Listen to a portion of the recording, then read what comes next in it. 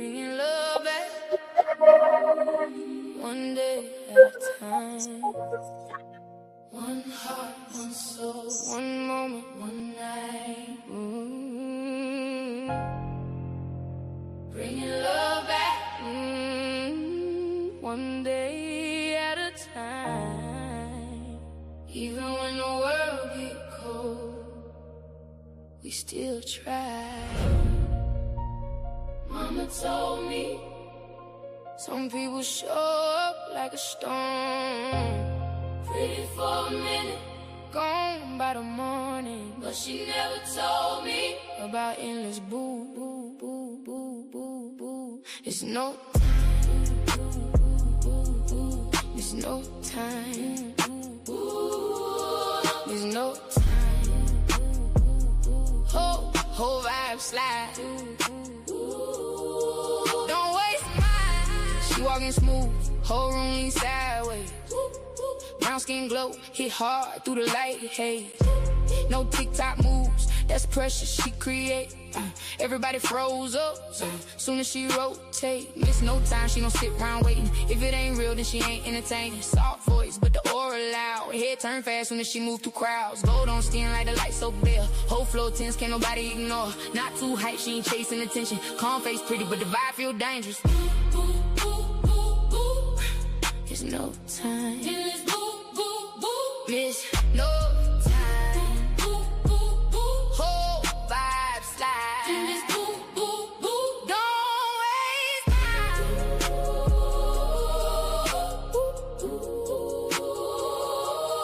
Don't waste time.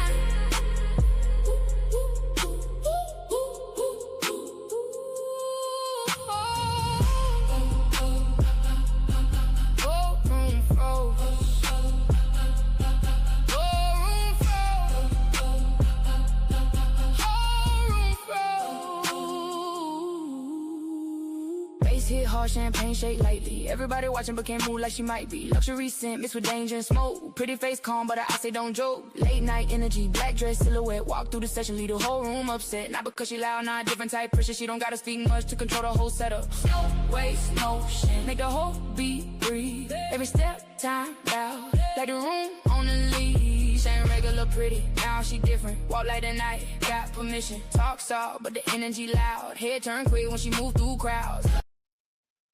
Hey y'all, hi, how's everybody doing today? Welcome to Keeping It Real with EndlessBoo, y'all. I know I look a little different today, right?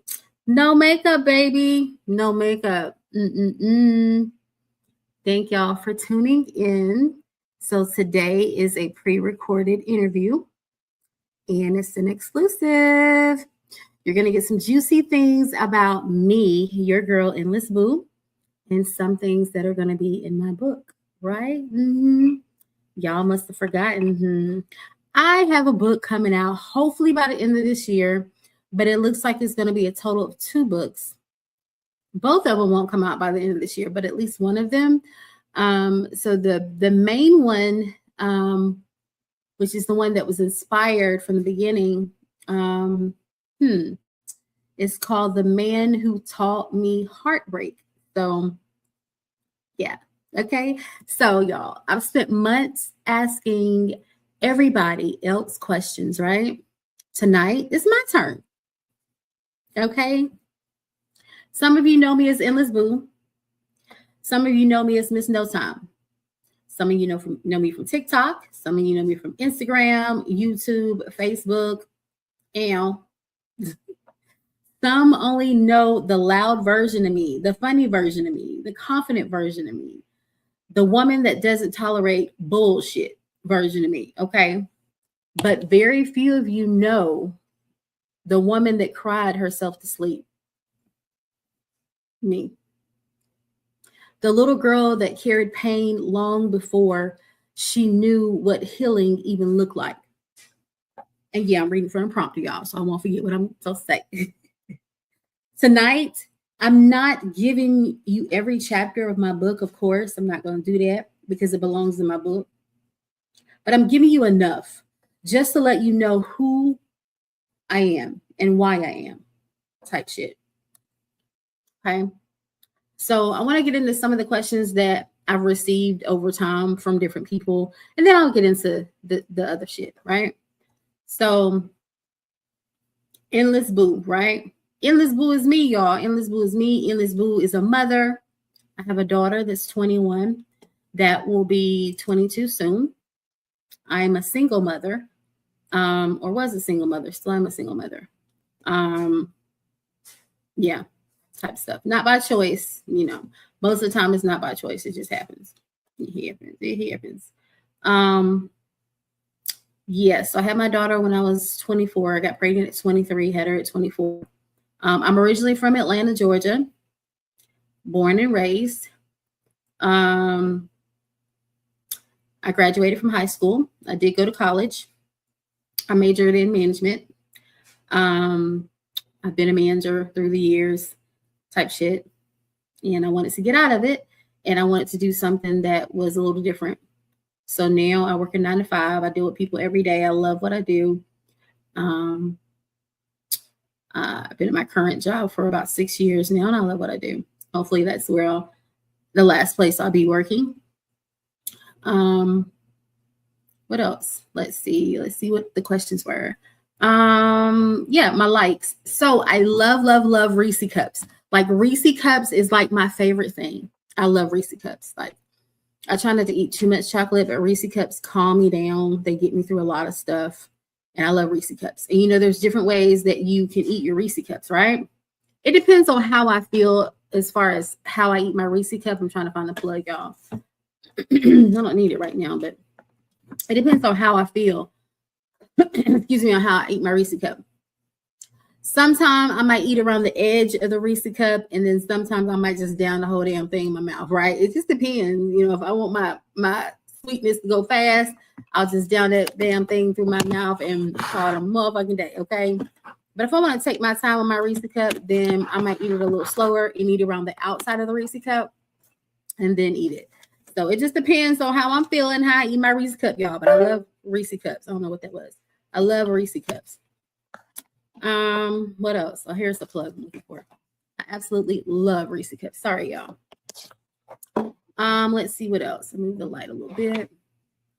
My favorite color is purple. I love purple. I've always loved purple. I'm getting more into like purple and teal. I like teal also. Teal is a beautiful color, by the way.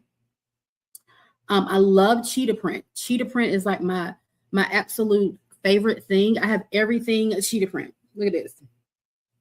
I absolutely love cheetah print. When I tell you I love cheetah print is like my go-to. I love cheetah print. I love tiger print, animal print. I'm your girl, okay? I love lip gloss. I have to make sure my lips have something on them at all times. I wear lipstick. I don't wear lipstick as much as you might think. I mostly wear lip gloss because I like my lips to be hydrated at all times. Like I cannot stand to have dry motherfucking lips, okay? Who the hell want dry lips? Not me. I want the bitches to be glossy and moisturized at all times, all right? And I got big lips, so I got to have something on them, okay? Now, I don't have a lick of makeup on. I ain't got no makeup on at all. I ain't feel like doing the makeup thing today because I was like, you know, we just on my meat anyway, so it is what it is. So I don't have any makeup on today. That's why my eyebrows look cockeyed. I mean, not cockeyed, side swapped, whatever you want to call it. I need to write that down, side swapped, where one is higher than the other, okay? Side swapped. I just made that shit up. I make up words all the time. So yeah, I need to write that down. Side swap is when one of your eyebrows are not level. Side swap equals eyebrows not level. Eyebrows not level. I gotta add this to my dictionary. I'm always making up words. But anyway, so I like that. My favorite food, I love pasta. I can eat pasta with no meat. But if I have to have meat in, I like shrimp pasta, chicken pasta, pasta Alfredo. I love pasta. I swear I was Italian because I love pasta. I will eat pasta by itself. I don't have to have anything else with my pasta. Just give me a plate full of pasta. I don't want no garlic bread, no nothing. Just give me some motherfucking pasta and a bottle of water and I'm good. I don't drink drinks anymore. I stopped drinking drinks, I don't know, 10 years ago or so. I don't drink sodas. I drink juice and I drink water, right? But I mainly drink water. I have to get my water in every day. I try my best to get my water in every day, right? Bottles of water. Primarily because I went on a weight loss journey last year, September, and I went on a major weight loss journey. I was like, you know what? I want to get my body right. I want to lose some weight. You know, I want to tone up some stuff, that kind of thing. And I lost a total of 85 pounds so far. 85 pounds? Yeah, I was a big one. Y'all, I was huge. Like, I'm still not where I want to be, but I'm still working on it. I done slacked off on my working out, but I got to get back on it, okay? Your girl going to get back on it, okay? I'm going to get back on it. But 85 pounds, I work my ass off. I know that. It's not hard. And it's like when you lose weight, oh my God, you start having other insecurities because you're like, okay, before I lost weight, my arms did not sag like that. Like my arms starting to sag and shit. And you can exercise as much as you want. Them bitches are not tightening up. You know what I mean? Like you start seeing other shit that you didn't see before when you lose weight. Look, hold up, wait a goddamn minute. Like I'm losing weight because I want to get this shit off, and then I got to deal with this other shit. Oh, hell no, you can't win for losing. So yeah, but I'm not where I want to be. I want to lose another maybe 50 pounds, and I'll be good. Okay, I'll be good. I'm a hustler. I like to hustle. My mom has always taught me, make sure you go out there and get it. Don't be dependent on nobody, no man, no nothing to get your shit. Go get your shit, hustle, get your own stuff, get your job, save your money, do your thing. So I've always been a hustler at heart. That's my mentality. I think about hustling all the time. Like, get that bag, go get your own bag. Don't be worried about somebody getting the bag for you. Get your own motherfucking bag. So I've always been like that, right? I like playing spades. My mama taught me how to play spades. Don't sit down at the damn table with me and think you're going to play, be playing. And you better know what the hell you doing playing spades with me. You hear me? Don't do that.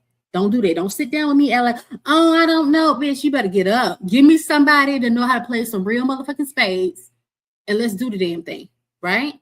Like my mama tell me, she don't sit down at that table to get her ass whooped. Me either. If you gonna be on my team for my spade partner, you better know what the hell you doing, okay? And there's several ways you can play spades. I know how to play all of them, so don't try me.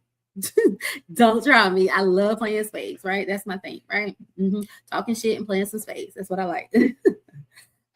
Music. I like all kind of music. I'm a music person.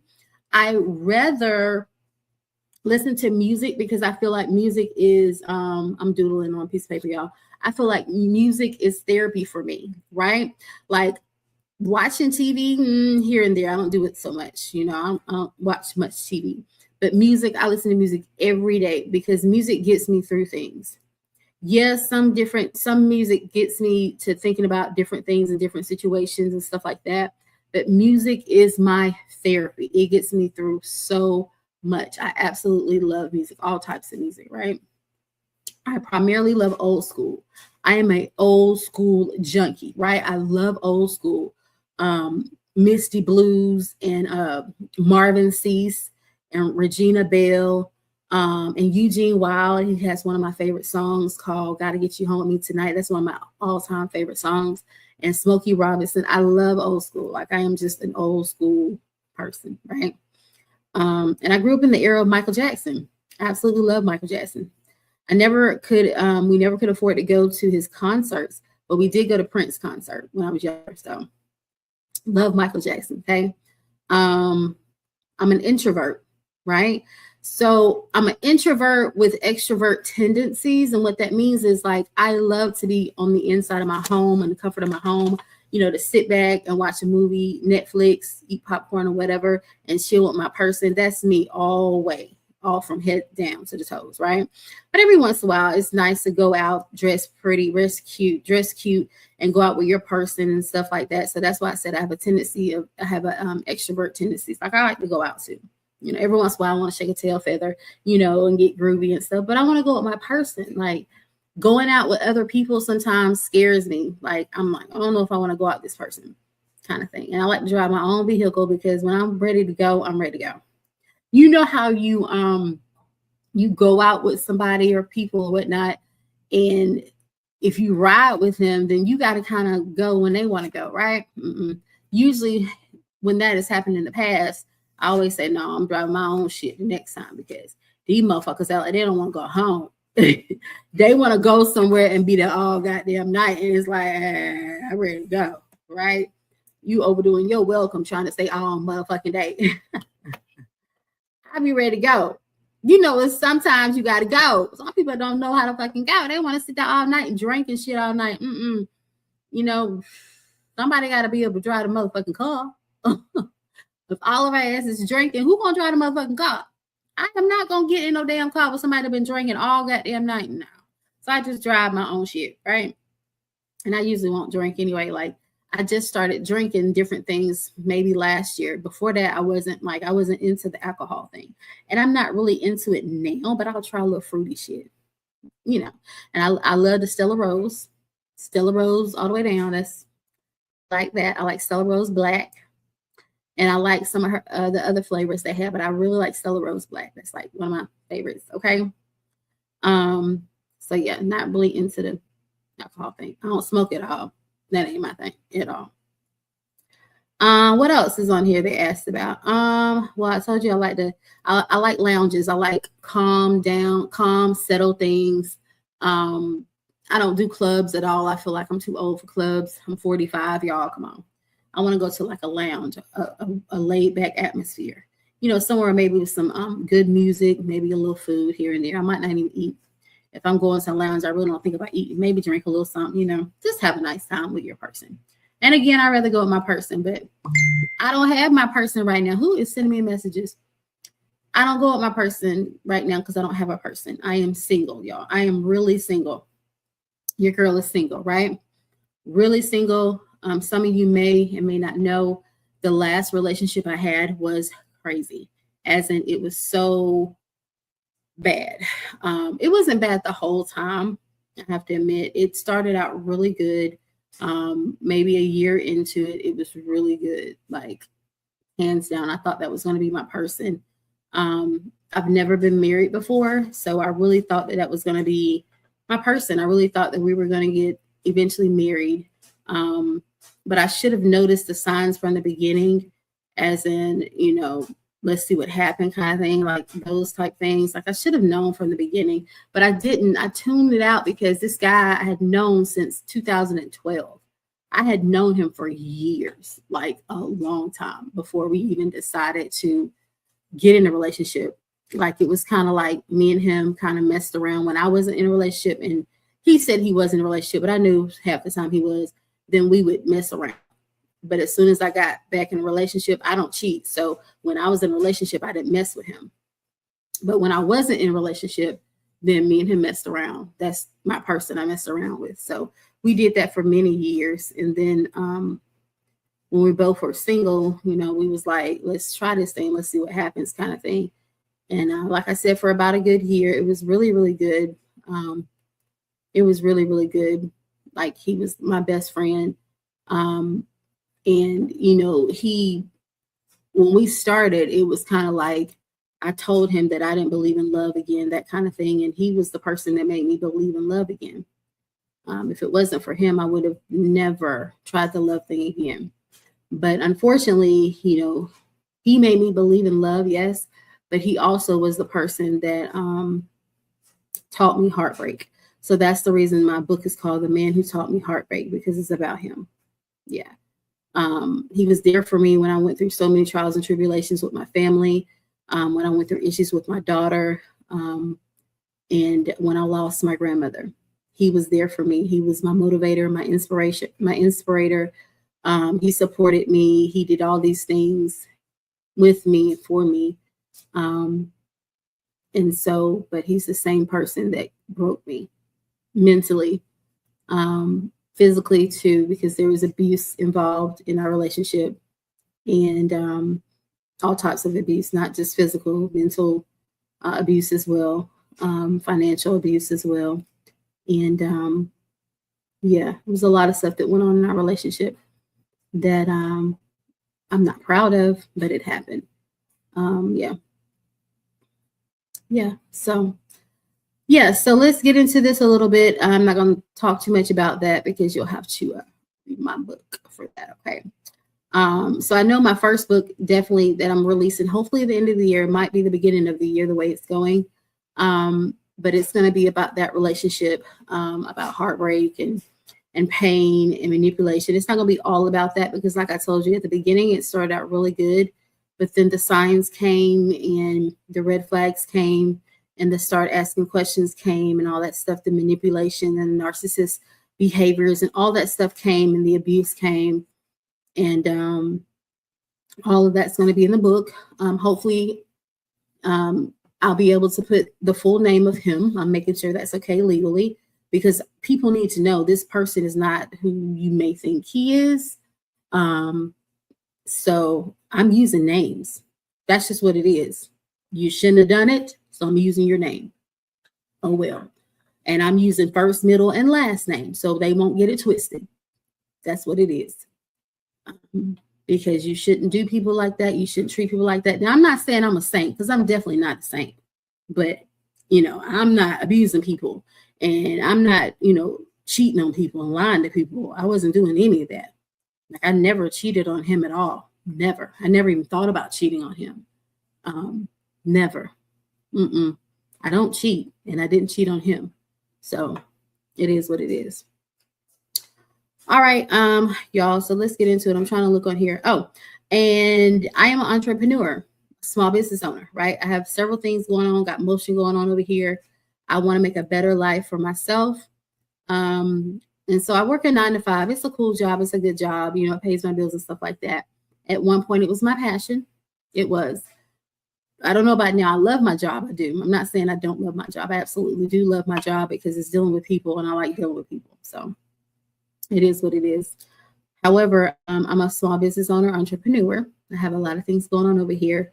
As you guys know, I've been talking about the book. So I have a book coming out, hopefully the end of the year, the beginning of the year. And then I'll have another book that follows because this first book just cannot hold everything. And I didn't want it to be so thick kind of thing. So that's one thing I have going on. And then the other thing is my website will be launching soon. It's called EndlessBoo Type Shit, right? And you have to spell type shit correctly. It's spelled type, TYPE, shit, SHIITTT. So it's 2 I's, 3 T's, and 3 exclamation marks, right? That'll be my website. Now the exclamation marks won't be on the website name. It'll just be EndlessBoo Type Shit at Spotify.com, something like that. Okay. So that's coming out soon. And on the website, I have all kind of things, EndlessBoo, just things that I like, right? I want to make it like a woman's haven, like something for us women. Like I'm not trying to bash men or anything like that, but us women, we need our own little stuff, right? So it's going to be all kind of cutesy things for women, middle age and up, because, I'm 45, so middle age and up. We want to be cute too and classy and sassy too, and we want to feel loved. So I'm going to have a self-care kit on there. It's going to be really nice and have different things in it. I'm going to have candles on there, bonnets on there, keychains on there, jewelry on there, outfits on there, shoes on there, lip gloss on there, lipstick on there. All things EndlessBoo is going to be on there, okay? Type shit, right? Lip scrubs are going to be on there. So y'all, please check it out. Once I say, hey, the website is launched, and t-shirts, y'all. Hey, the website is launched. Y'all make sure y'all get on there and get your stuff, okay? I don't want it to get sold out because I will put an inventory amount, right? And when it's reached, it's sold out, right? So make sure you get your stuff. It's going to be priced reasonably, but get your stuff, okay? A lot of good stuff, nice stuff on there. And I also will have adult things on there, right? So again, it's all things EndlessBoo. So one of the things that I like is the rose. Like I talk about the rose, right? There's no shame in my game. I like the rose. I like the rose. So I will have the rose, whatever you want to call it, the tickler, the whatever. I'll have the rose on there as well. Maybe different types of roses on there. Some people get the full rose and some people get the half rose. Me, myself, I got to have the whole thing. Okay. And so that's what sets me good because I'm not with nobody. And so I got needs. A girl got needs. Okay. So that's what I use for my needs is the rose. You can get it from EndlessBoo Type Shit website. Okay. Again, you can find me on TikTok. Y'all can find me on TikTok, EndlessBoo, aka Miss No Time. I come on here on YouTube on Wednesdays at 8 p.m. Myself and my squad are here. We talk about all things bringing love back, all kind of different issues we talk about. And then you can find me on TikTok because we usually go to TikTok after my live on Wednesday. TikTok is EndlessBoo, aka Miss No Time. You can find me there on TikTok. Y'all make sure y'all like and follow and subscribe here on YouTube, and make sure on TikTok that you follow me. Make sure you all follow me, okay? You can also find me on Instagram under EndlessBoo, and you can also find me on Facebook under EndlessBoo. I'm going to be going live on Facebook more now with my jewelry, because I have a ton of jewelry that I sell. And so I'm going to get back into that. So if you guys ever want jewelry, watch my page on Facebook. Again, it's EndlessBoo. And I have all kind of deals on there. I had jewelry for like $3. Okay. I have all kind of things on there. So make sure you watch that page and my advertisements. And yeah, you can get it there. So let's get into it. I got done with the questions here. So let's get into some of the questions that I've been asked. Okay. So I really already told you who EndlessBoo is. I'm just, regular schlegger girl from ATL. In the country part outside of Atlanta is where I'm from. So we don't really have to get into that. Who was I before the world knew me? Well, I'm the same girl from ATL, little girl, whatnot, just doing her thing, 9 to 5, raising my daughter kind of thing. That's kind of like how my life was and went, that kind of thing. So that's kind of like how we get into who was EndlessBoo. What did I dream about? What I dreamed about was honestly before the podcasting thing, because the podcasting thing I kind of thought about last year and I put it into play this year. So when I was growing up and I was a little girl, right? I love kids. I love children, but I only have one. What I wanted to do and what I dreamed about growing up, I wanted to own my own daycare. I did. I wanted to own my own daycare. I even went to this course after high school about, owning a daycare and that kind of thing. And I didn't do it because it kind of scared me, because there's so many responsibilities you have to have as a daycare owner. I didn't realize it was such a big responsibility. And, I should have thought about it because it's dealing with kids. So, but I just didn't know. I was like, oh my God, like, I got to be responsible for all of that? Really? I don't know about all that. So I think that's kind of like what detoured me from going into doing the daycare thing. And then there's so much money involved with it. You got to have all these permits and all this stuff. And it's like, oh, let's just think of something else. So after that, I said, maybe I'll go into real estate. I like houses. I like showing things and stuff like that and designing things. But I didn't do that either. Real estate is commission based only. And honey, I want guaranteed money. I want to know what I'm getting after 2 weeks. I don't want to have to sit here and try to guess and percentages and all this other bullshit. So I said, you know what? Real estate is not for me, right? So I didn't do real estate. I pretty much just continued to work, my jobs that I had along the way. I got into management, which I went to college for management. And I started, being managers at various locations. One of the locations I was a manager for was Chick-fil-A, and I was there for a while. You learn a lot of stuff working at Chick-fil-A and whatnot. And so, y'all see I'm putting the gloss on. So I did that for a little while, whatnot. And I did other things too. But once I started aging and getting out of the, the fast food stuff, I said, I want something else. Like I just don't want to be in the fast food industry too much longer. And I don't just want to be running around all the time. There's definitely got to be something else for me. Let me plug my computer in. There's definitely got to be something else out here for me, right? Not running around every day and people treating you like crap and calling you out your name and just, no, I didn't want to do that. So I started working for a temp agency and I said, you know what, I'll do this until I find exactly what I'm looking for. And so I did that for a little while, about a year, a little less than a year. And I found what I thought was my dream job. That's where I'm at now, kind of thing. And started working there, dealing with people, working with people. I'm not going to mention where that's at on here because I still want to do that. But that's what I do now. So yeah. So let's see. What else can I answer? So I talked about what I dreamed about. Did I always have confidence? No, absolutely not. I have not always had confidence, right? So I went through different things in my life, starting from childhood on, where it took my confidence, right? And again, this stuff is going to be in the book, so I'm not going to go too much into it.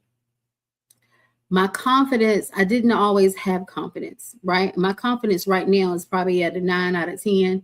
So I'm almost there. Like I'm not 100% confident. Sometimes I get insecure about different things.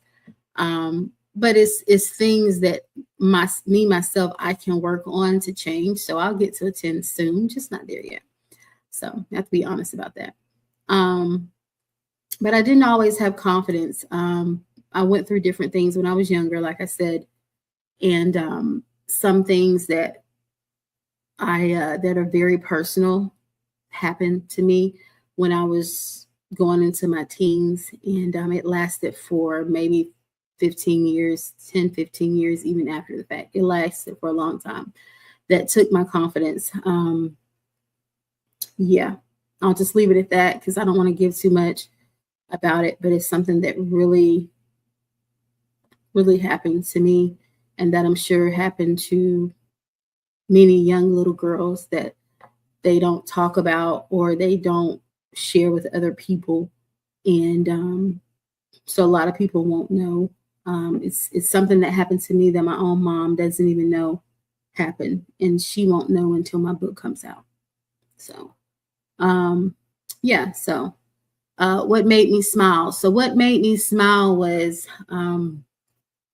just having life, just being alive. Just different friends sometimes from time made me laugh. My dad made me laugh. My grandmother. Both of my grandmothers. My grandmother on my father's side was my best friend before my other grandmother, kind of thing. She was my best friend. She was my everything. We talked about a lot of stuff. And I mean, she's been gone now for some years, like a long time back in like 19, maybe 99, 2000-ish when she passed. So she's been gone for a long time. But she was like my best friend, and we talked about so much. She talked to me about my first menstrual cycle, and I was with her when my menstrual cycle happened, and it made that process so much easier. Sorry. It made that process so much easier. With her being in my corner and talking to me about my menstrual cycle, because I didn't know what the heck was going on. She talked to me about it when it happened. I was only 9 years old when it happened. Nobody ever talked to me about my cycle. I didn't know what was going on with me, and I was afraid to tell her about my cycle. I'm sorry, y'all. I was afraid to tell her about my cycle, but it happened when I was at her house, and I told her, I said, Grandma, I think I'm dying. And she was like, what? I said, I don't know what I did. I don't know why God is doing this to me, but I think I'm dying. And when I told her what happened, she was like, girl, this is that menstrual cycle I was trying to tell you about. And I was like, oh my God, it's really happening. At 9 years old, I had just turned 9 years old. I turned 9 years old in August. I'm a Leo, of course, in August. And I started my menstrual cycle around like December-ish. Yeah. So yeah, my grandmother on my dad's side was my best friend. Like she was a soldier. She was such a nice lady. And I miss her every day. I do. I miss her every day. She was a short lady. She was real light skinned, like she was high yellow, real light skinned lady. She was probably no more than 4'3". She was really short, but she was such a sweet lady, and she taught me so many things. And she was there for me. And I know she had gotten sick. She was a diabetic. She had gotten sick. And I said, Lord, just let her see me graduate. Just let her see me graduate. And she saw me graduate. She saw me walk across that stage and graduate. She did. She was there. And yeah. And maybe less than a year from then is when she passed. If I remember it correctly, maybe less than a year after I graduated, she passed. And I thought a part of me was just gone. Like, I was so hurt. I was so hurt. I was so mad with God. I didn't know what to do. I started to lose my faith. I started questioning things. I started to lose who I was. I did. I couldn't understand how God would let that happen. How he would take someone from me.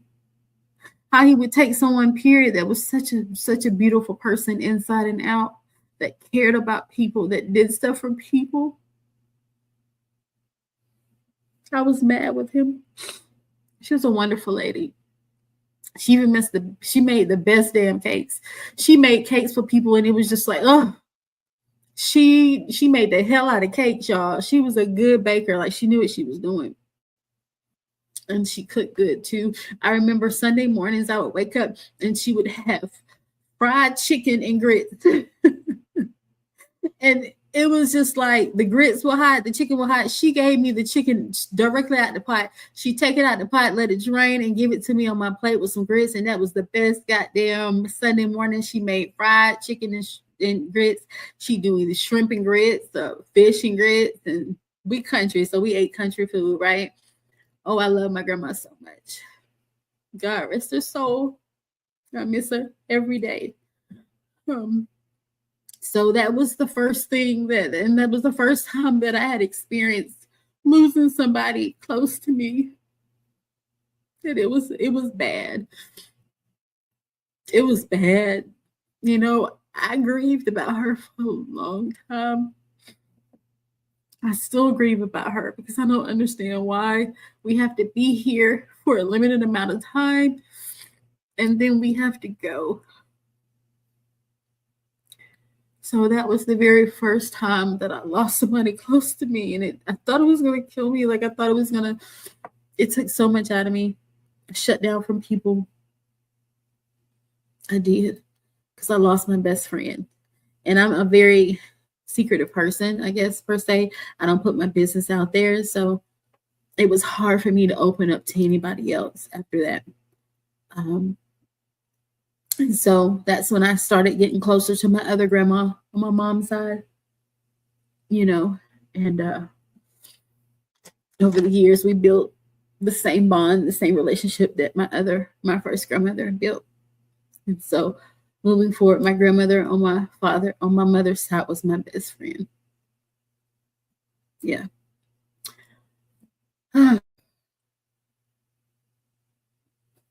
The question is, what made me smile? My grandmother made me smile.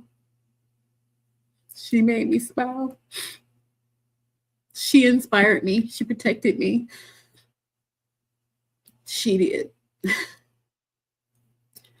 Okay, let's move on. I'm sorry, y'all. That does a lot to me because even though it's been 20-something years, I still miss my grandmother. I miss her like crazy. Sorry.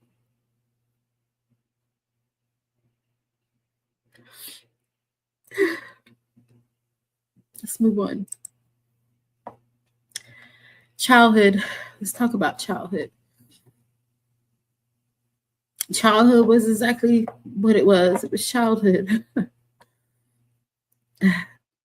It was. I won't tell you everything, y'all. Some chapters belong in my book. They really do. Can't give you everything about that, right? Did I have a normal childhood? No, I didn't. Well, I don't think it was normal. It couldn't have been normal. Some of the things that I went through. Again, I wasn't, all outstanding child either. I did things. I had my flaws too, so I'm not saying that. But I don't know why I didn't get a tissue, but my childhood. Hold on a second, y'all. Let me get a tissue. I don't know why I didn't get one from the beginning, but I need one. I didn't know I was going to do this much crying either. So no, my childhood was not normal. I don't think some of the stuff that I went through, I don't think was normal. What have you. from the different things that happened with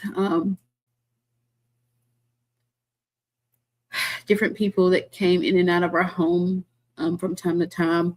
You know, when I was growing up, my mom did have relationships, you know, here and there. So I'll just keep it at that. You know, some of the choice of men that she decided to be with were not good choices at all. I've had to, not to put too much of her business out there, but I've had to be, you know, involved in different things for our safety, you know, as a teenager, and even to the point where one of her men friends were trying to come at me in an inappropriate way, and so I had to defend myself. Yeah. What happened that changed me forever? So many things happened. The loss of my grandmother definitely changed me forever. Dealing with abuse in my childhood leading up into my adulthood changed me forever. Relationships have changed me forever, especially this last relationship. It just tore me all the way down. What did I lose? I lost faith. I lost trust. I lost confidence. I lost several different things that I shouldn't have lost. I lost dignity at one time. I lost my integrity at one time. Who hurt me? I don't even want to do that. I don't even want to go there of who hurt me. I guess the question should be who did not hurt me. Who didn't hurt me should be the question, not who hurt me. God hurt me. He did. And I still praise him, and I still believe in him, and I haven't given up hope with him. I sometimes think that he forgot about me because I don't understand why I go through some of the things that I go through. I try to be the best person I can be. I try not to intentionally do a person wrong. When I'm in relationships, I'm faithful, I'm honest, I don't cheat. I try to do all the things that you're supposed to do in a relationship. But for some reason, I always get the tail end of the stick. Don't know why. You give your all to a person and you believe in a person and you still get hurt. You still get lied to. You still get cheated on. You still get talked about. It's like guys don't want a real woman. They don't want one that is really committed. They don't want one who is real. They don't want one who has their own. They don't want one who doesn't ask them for anything. They want the opposite. Who never apologized?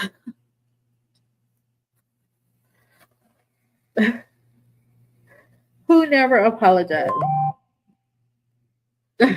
Really? I'm so sorry, y'all. My nose is just running. Who never apologized? My ex never apologized to me. The guy that took advantage of me when I was 13 never apologized to me. God never apologized to me. Those people, fake friends, didn't apologize to me. No.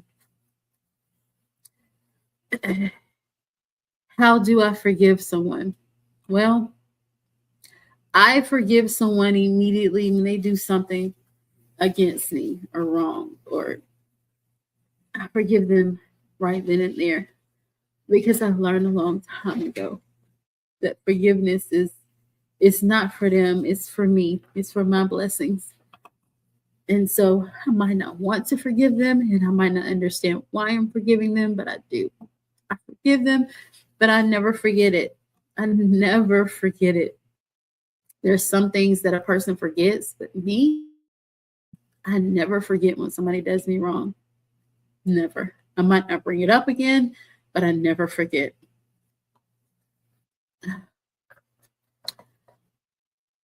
Who never admitted what they did?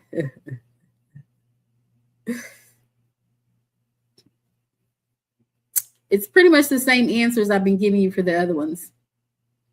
My ex never admitted what he did. I've had boyfriends before, y'all, but not like this last relationship. So that's why I keep saying my ex, because my ex knew me way more than most people because we had been friends for so long. So long.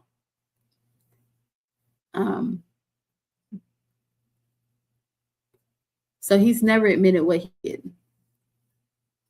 The guy that took advantage of me when I was only 13 has never admitted what he did.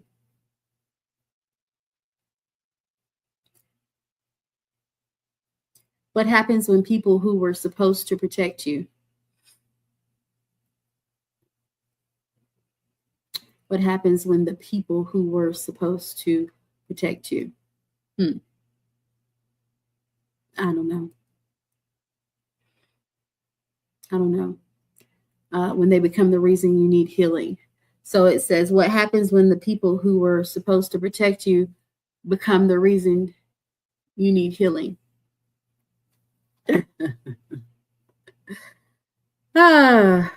They going about their life as if nothing has changed.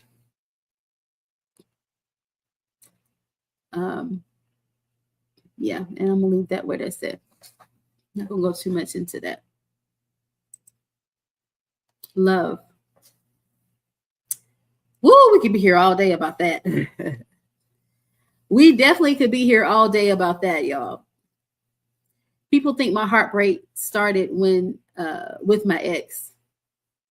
It didn't. My ex just reopened the wounds that I had, y'all. He just reopened them, right?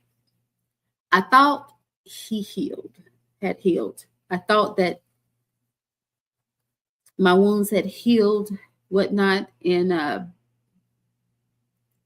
he just reopened them back up. It's just like I put a bandage over them and he just took that bandage right back off. Because if you remember, I said that before him, I was done with love. I had said that that part of my life was over and done with. I didn't want to get back in love with anyone. I didn't even want to try the love thing. I didn't even want to date, right? And because of him is the reason why I tried the love thing again. I gave it another chance because of him. Nobody else, because of him.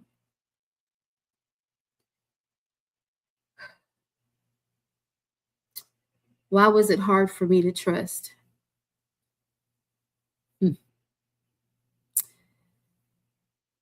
So with him, it wasn't, because I felt like, oh, I know him. I've known him for so long. You know, I know what he's about, what he does. Like, I can trust him. Like, he's not giving me any reason not to trust him. Now, why it's so hard for me to trust other people? Because of the things that they've done to me. Everybody doesn't know the things that other people have done to me. They only know what those people tell them. But I've never really opened up to tell other people, oh, this is what happened, or this is what really happened, because I feel like, and I felt like, there's no reason for me to be trying to go out here and plead the case and because it's just not no reason for all of that. These people know what they've done. They know what they've done to me. They got to live with that for the rest of their lives. They got to, deal with that in God. So who am I to go out here and try to prove whatever to other people? So I've never done that. Like, I'm not going to do that. It is what it is, kind of thing. So yeah. It's hard for me to trust because I've been through so much. And I know we all have been through a lot of things with people. But that's the reason why it's hard for me to trust people, because I've been lied on. I've been cheated on. I've been abused. I've been all kinds of things. And with all those things in play, I've been taken advantage of. I've been manipulated. I've been brainwashed. I've been all kind of things. So that's why it's hard for me to trust.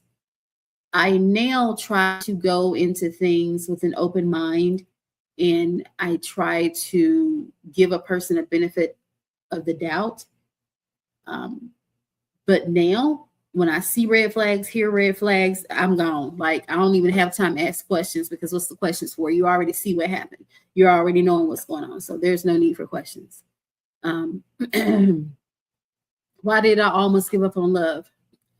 Yeah, I almost gave up on love because I was tired of dealing with no good ass men. That's just what it is. The men that I dealt with, no good ass men. Okay.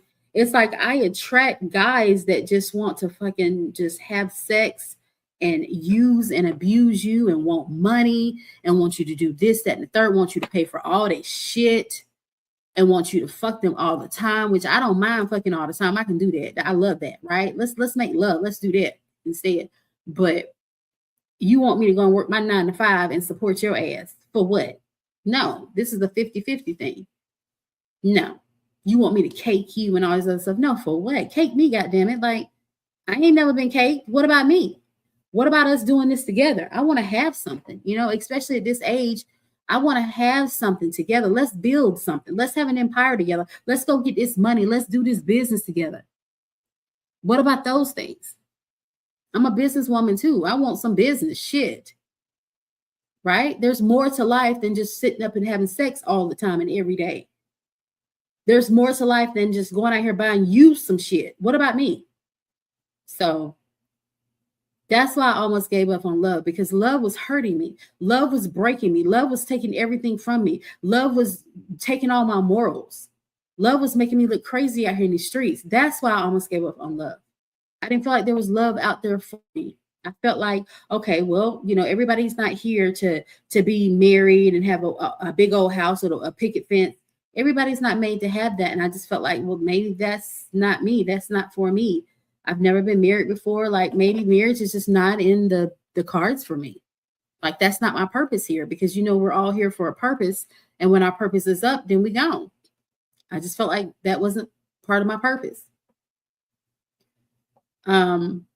What made me believe one more time? My ex made me believe in love one more time. He kind of convinced me that, hey, love is out there. He made a statement. He said it verbatim. Love is out there. It's just harder to find. Yeah, it is. So with talking to him and dealing with him, he made me change my mind about love. I fell in love with him. I fell in love with my friend, y'all. We were friends, and I fell in love with him. I did. I fell in love with my friend. I did that.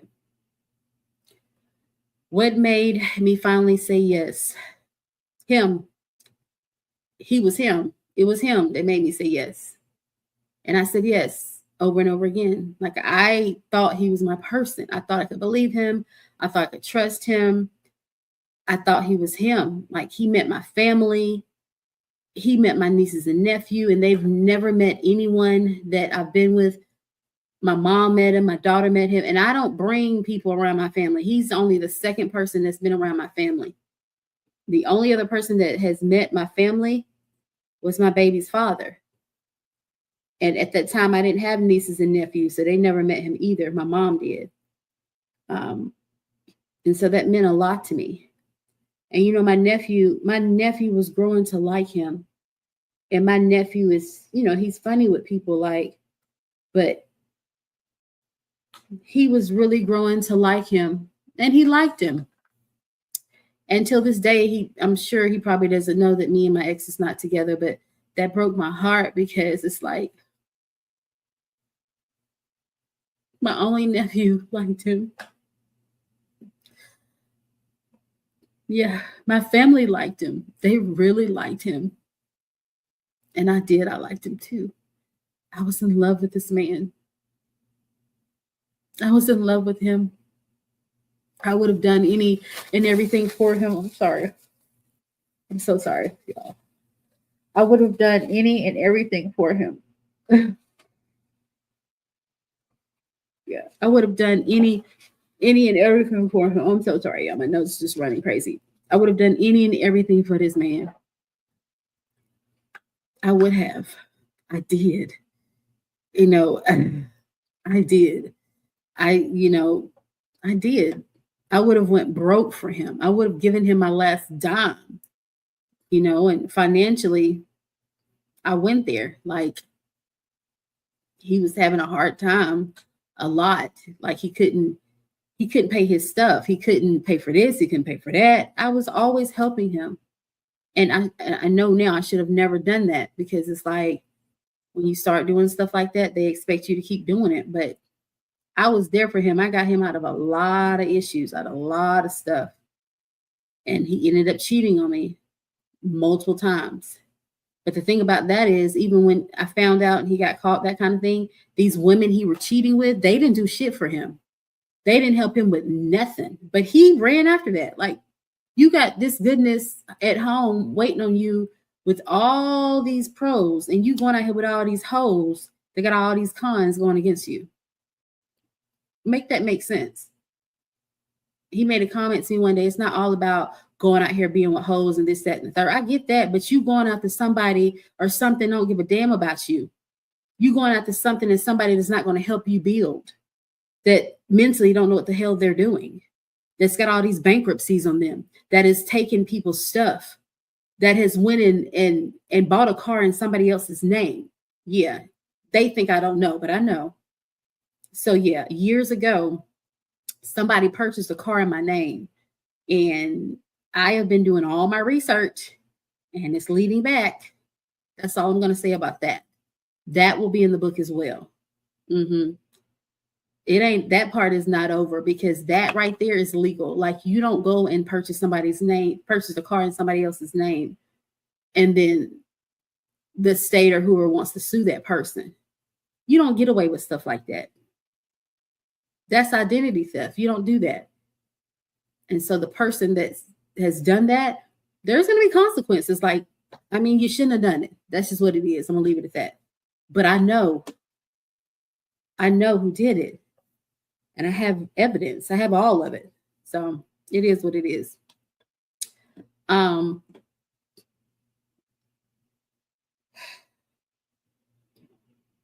Betrayal. What did it teach me? Betrayal has taught me so many things. Betrayal has taught me to love myself more, put myself first, never settle, never. Those things. Stay true to who I am. Don't let anyone or any situation change who you are. That's what betrayal has taught me. And I'll just stop there, y'all. The rest of it's in the book. Don't want to get too much into that. All right. Being betrayed. Woo! Being betrayed.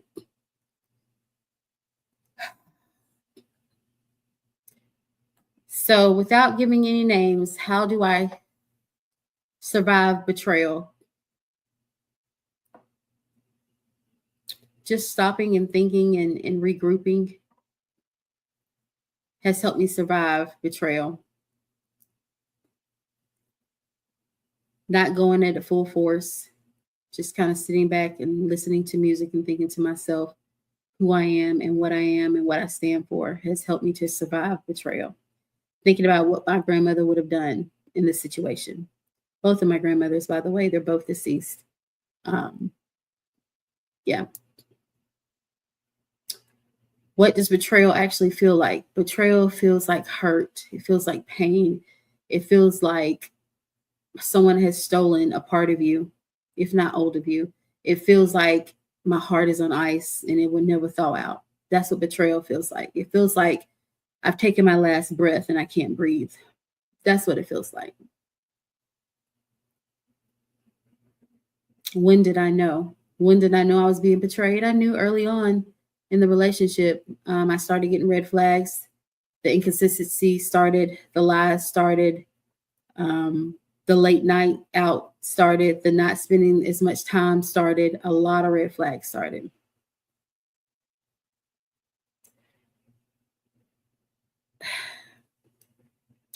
You know, the last relationship wasn't the healthiest. It was the most unhealthy relationship that I've ever been in. The most unhealthy. Yes, I ignored the red flags.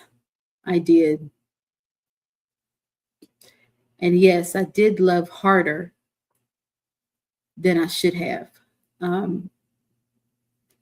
I can't help it when I'm in love with someone. There's a difference between being in love and loving. I was in love with this person. And so, yes, I did love harder. I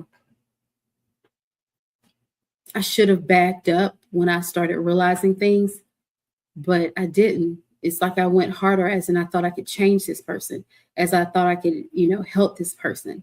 Or, that's what I thought, not knowing that I never could have changed him.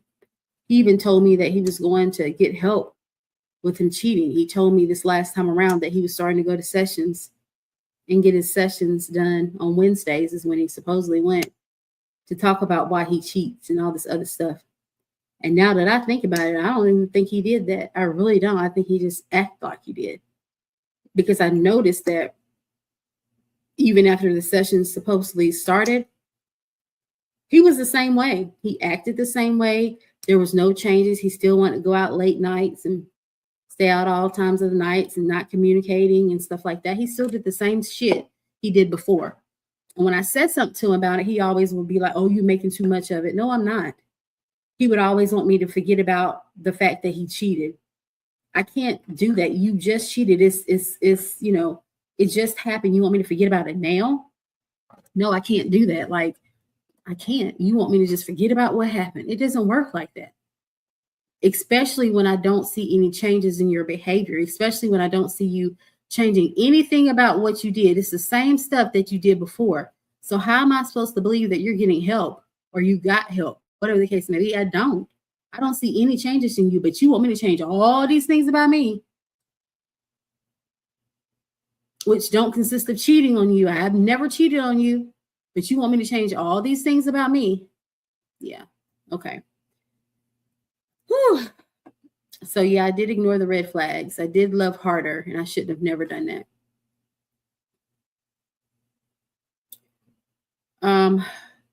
Yeah. So I'll stop right there about my love life, or I don't have one, but what I did have, because a lot of what happened between us is in my book, and I will be using names. That's just what it is. That's just what it is. All right. Becoming a single mom. Woo! Becoming a single mom was something that was new for me. I became a single mom before birth, while she was in the womb. And then when she got here, when I was 24, is when I really was a single mom. Who scared me the most? My daughter did. And the reason for that, because I didn't know anything about raising a child. I knew about stuff here or daycare stuff, but I didn't know about raising my own child. And I remember when I was pregnant with her, before I knew what the sex of her was, I kept saying to God, I said, God, listen, I don't care if you give me a little boy, little girl. I just want my child to be healthy. However, I don't know anything about raising no little boy, because I'm not a little boy and I don't know how to be no father. So please bless me with a daughter, please. And so I found out that I was having a little girl, and I was like, maybe I can, do this after all. But she scared me when she got here, because she's a little person, a whole person. Like, I was trying to be so fragile, so careful with her. She was a whole person. She was just the light of my life, a joy to bring. And if any parents know, y'all know, having a child is like one of the greatest things ever, right? You bring a person in this world, and it's like they look at you and admire you and that kind of thing. That's such a rewarding thing to be as a mom. Not a single mom, but a mom, right? Did I ever feel like giving up? Hell yeah. So many times I felt like giving up. I felt like I wasn't giving her the best life I could ever give her, even though she didn't want for shit. She was a spoiled little thing. But I had times where I wanted to give up, because I felt like I had lost me. I definitely had lost who I was. And I didn't know the things that I liked. I didn't know who I was. I was wrapped up into being a mom 24/7, right? So, yeah, I thought about giving up. Hell yeah. Did I ever feel like I failed? Yes. You know, sometimes your kids make you think you failed, knowing good damn well your ass ain't failed, right? Knowing you done did the best thing you could do, but they make you feel some type of way. So yeah, I had times where I felt like I failed. I had times where I felt like I couldn't give her the life she deserved. And one of the reasons for that was her father was not in her life, right? And I felt like the loss of her father really has made everything worse than what it has to be. And so with that being said, I catered to her. I spoiled her. I gave her all kind of material things. I also gave her love, the love, the support, everything that she wanted, I gave to her first. And then I gave her the things that she needed. So the problem with that is never spoil your kids, y'all, okay? Because when you spoil your kids and they get old enough to take care of themselves, they're going to assume that you're going to continue spoiling them, right? They're going to look at you like it's owed to them, and it's not. It's not. So don't spoil your kids. Show your kids early on responsibilities and what they have to do in life.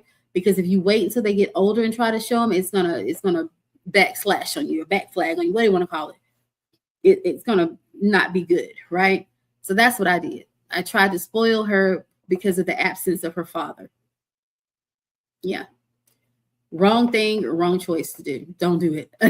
Don't do it.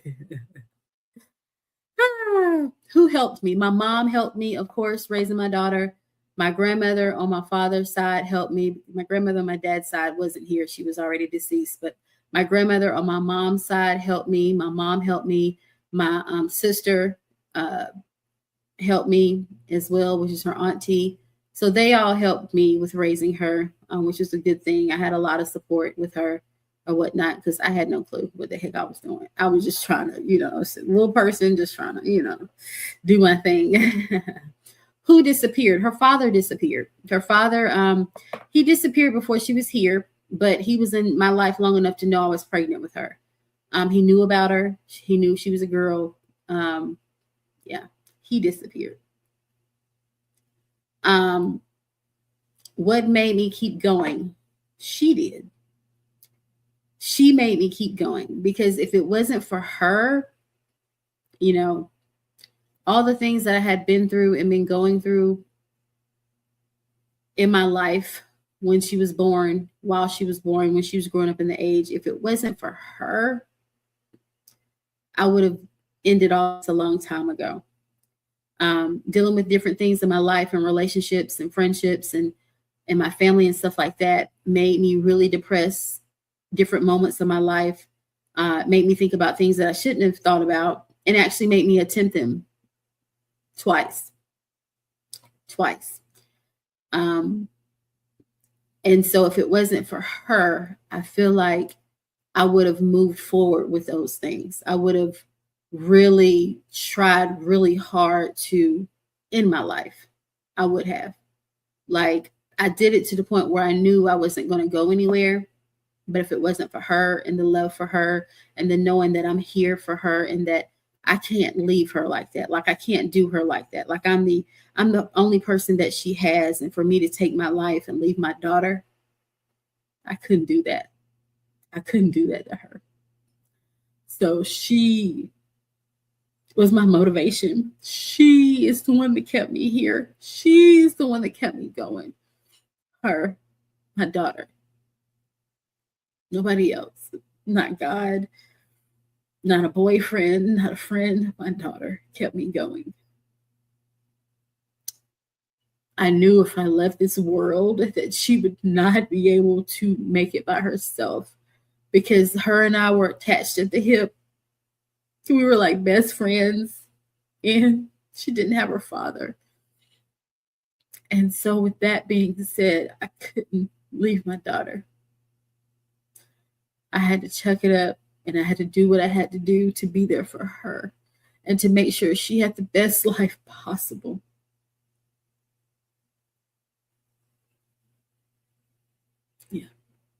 And that's what I did.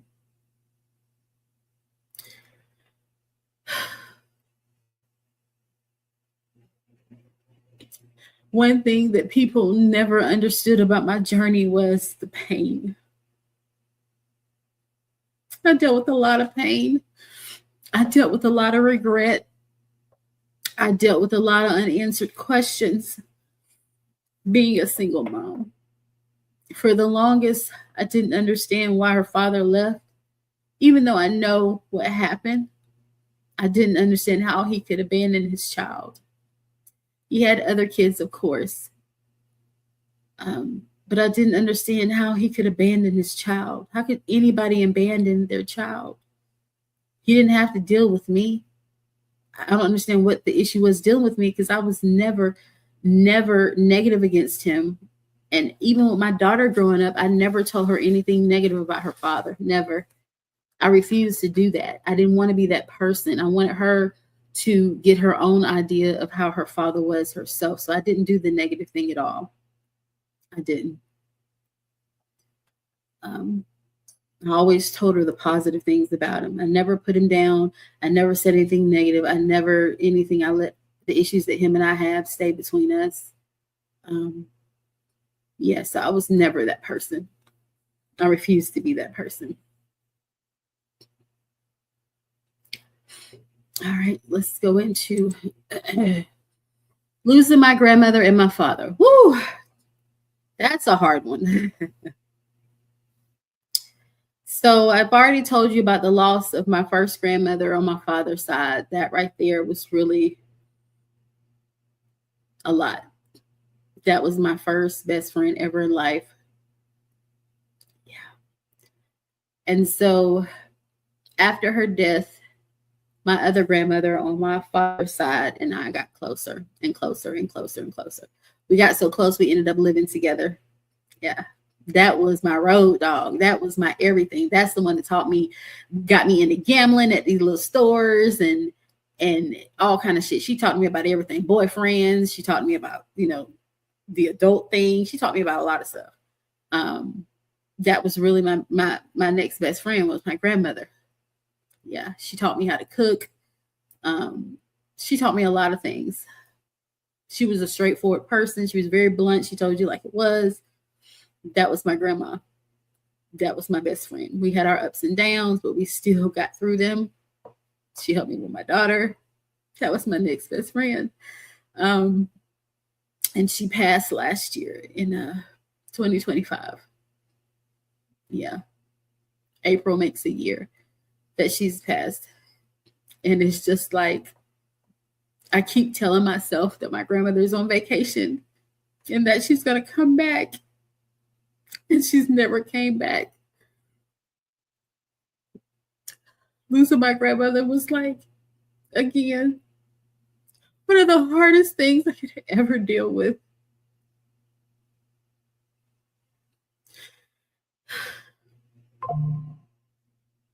Here we go again. Asking God, why? Why did you take somebody from me that I loved, that I cared about, that was there for me, that I lived with? Why would you do that to me again? What did I do that was so bad that you would take my grandmother from me? She was such a good person. She loved everybody. She loved me. I could call my grandmother at 2 or 3 o'clock in the morning and she would answer the phone and we would talk all morning. We used to go gambling together. Like, that was my friend. And again, she passed. My grandmother, she passed twice, actually.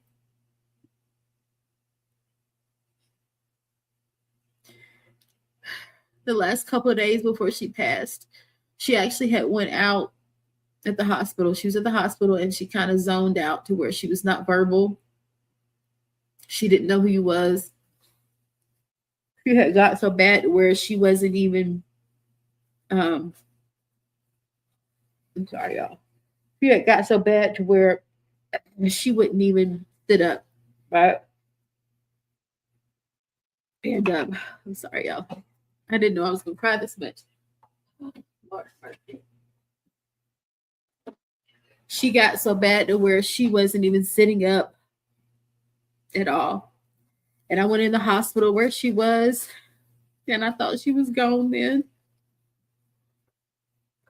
And she wasn't. And so after I left, maybe a day or two later, she was up, she was sitting up, she was talking, she was doing everything she used to do in the bed, of course. And my mom then called and told me what was going on. They even put her on FaceTime, and she was, calling me by my name and everything. She knew who I was. She recognized me. She knew who I was. And I was so happy. I was like, thank you, God. Thank you for saving my grandmother. Thank you for keeping her here a little longer with us. And so I went to the hospital and we set up and I fed her applesauce and we talked. Her and my daughter was there and we set up and we talked and we were like apologizing for everything and telling each other that we loved each other and all kind of things. And I was making plans for her to come live with me again. I was making plans that grandma, I made plans. I'm in a place to where you can come. I got enough room for you. We can put your bed there. We can have your stuff sent to our house, all your medicine sent to our house. And I was making plans for my grandmother to move back in with me. Like I told her, I said, listen, I can take care of you. Like I can be there for you. Like, yeah. And she agreed. She agreed.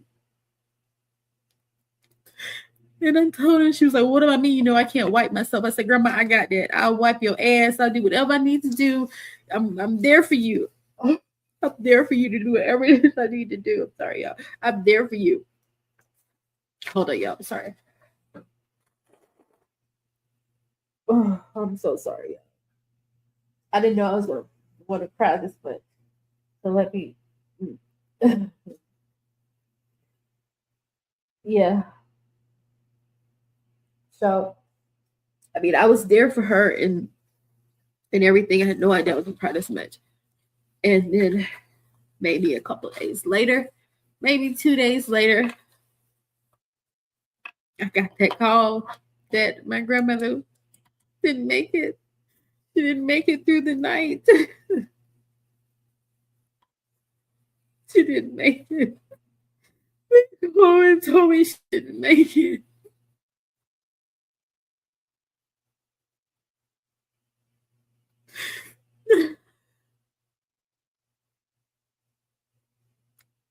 That was so devastating. I was like, what do you mean? She was just up talking like 2 days ago. What do you mean she didn't make it? What happened? Apparently they gave her medicine that night. Maybe an hour or so later, she took the breathing thing she had in her nose and stuff out. I know she kept talking about she didn't like it. She didn't like it in her nose, but it helped her breathe. She took it out. And she took it out and it stayed out too long and she couldn't breathe. And so she died. She lost all the air and all the oxygen and stuff that she was getting. She didn't get it anymore. And she passed. I was so devastated. I was so devastated. I could barely get to the hospital. Like I was all over the road trying to get to the hospital. All I could think about was, let me get there. Let me get there. Let me help her with this tube. Let me help her. She's fine. They thought she was gone the first time. She's not gone. Let me just if I could just get there, she'll recognize me. She'll hear my name, and everything will be just fine. No. When I got there, she was cold. She was stiff. Her body was hard. And it was clear as day that she was gone. She was really gone.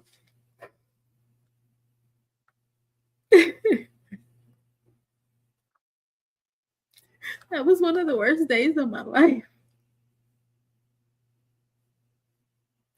And even after she left, I had to go through with my mom and my sister planning her funeral. I didn't know what I was doing. I just remember sitting in there being mute the whole time, like I didn't want to be there. I couldn't believe I was planning my grandmother's funeral. I couldn't believe it. My best friend was gone.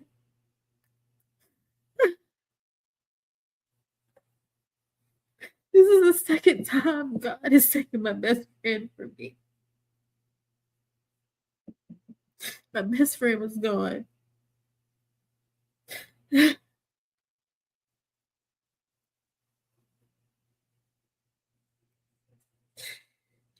Seeing her in that coffin did something to me. She didn't look like herself. Seeing her at the funeral home did something to me. Again, she didn't look like herself. I could have blown my nose. Oh, sorry. I can't believe my nose is running so much. I'm going to use all the tissues here. I'm so sorry, y'all. I didn't know I was going to cry this much in this interview. But seeing her laying in a coffin, it just did something to me. Like, she already didn't look like herself. Hold on, y'all. Let me mute this for a second. Hold on.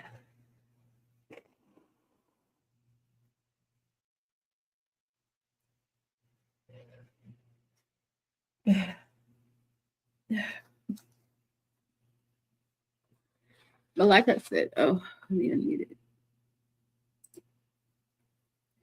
Seeing her in that coffin, it really did something to me.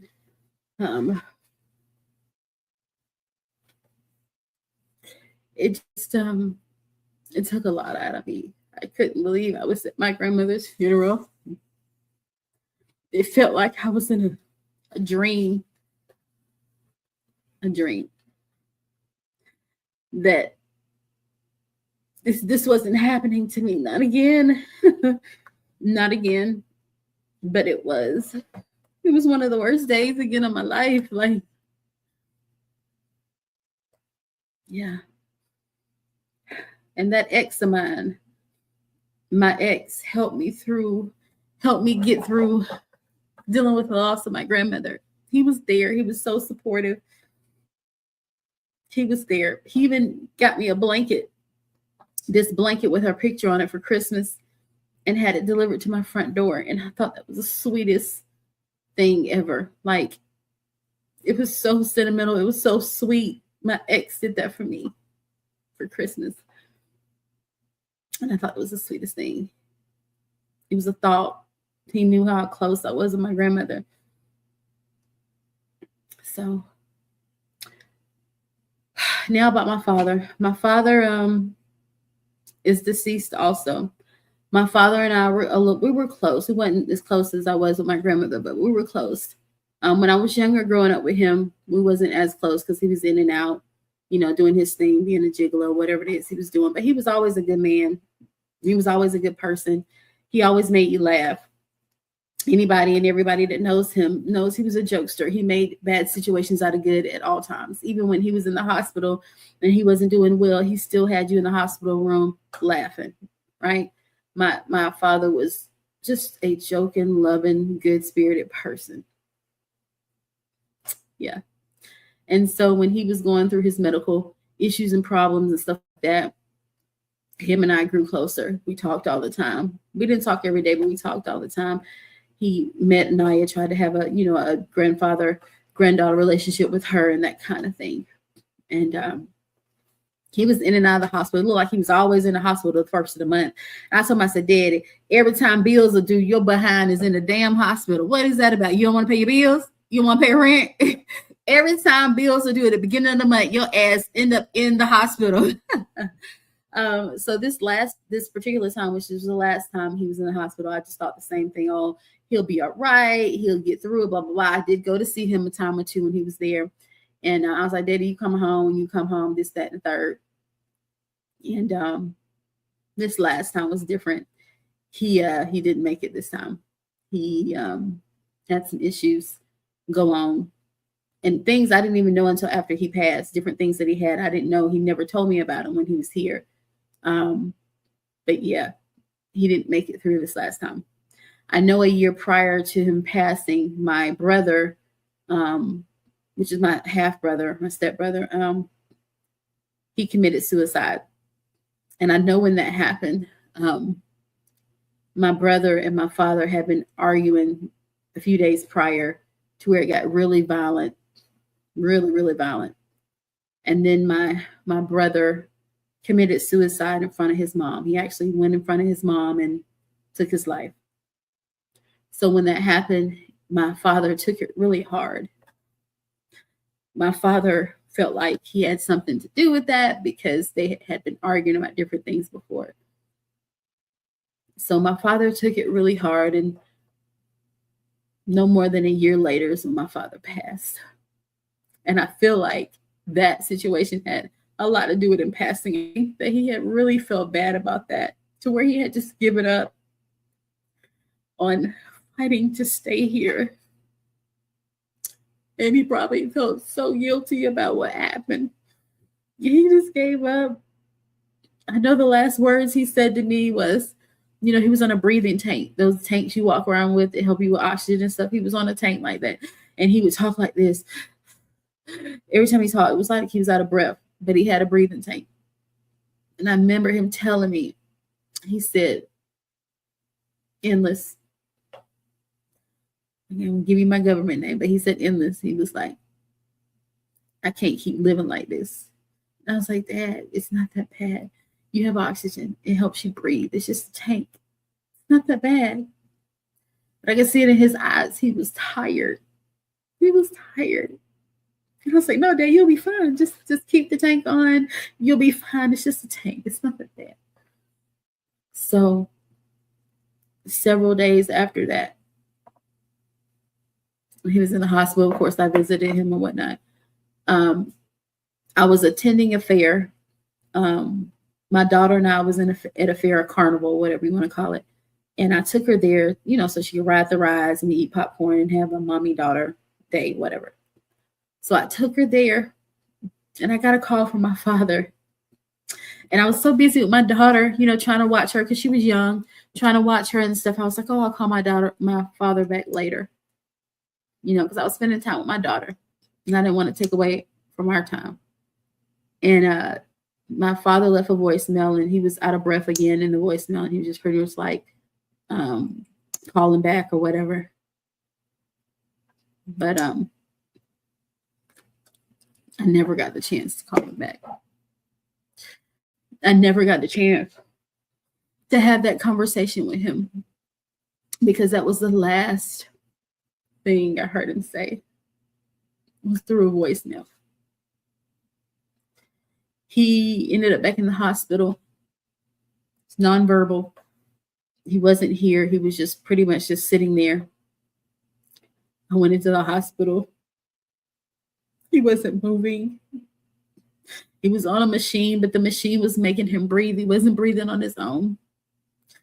His hands, you could tell his hands were turned, the veins in his hands were so bad, they looked like they were turned over. And I asked them why. They said, well, the dialysis, when you have so much going in and out of your veins, that's how they look.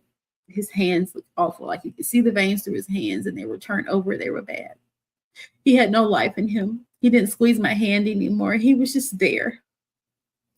I was just sitting there watching my father dying in front of me, not knowing that he wasn't dying. He was already dead. And so I felt so guilty.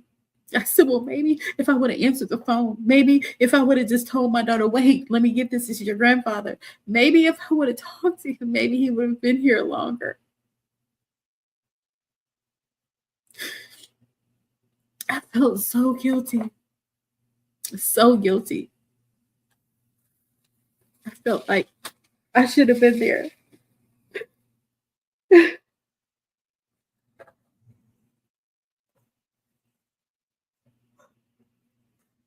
I felt like I should have been there. I felt like I should have answered the phone. I felt like I should have said something or done something, and maybe he would have been here. I felt like It was my fault because I didn't take the time out of my day to answer my father's phone call. I was busy with my daughter.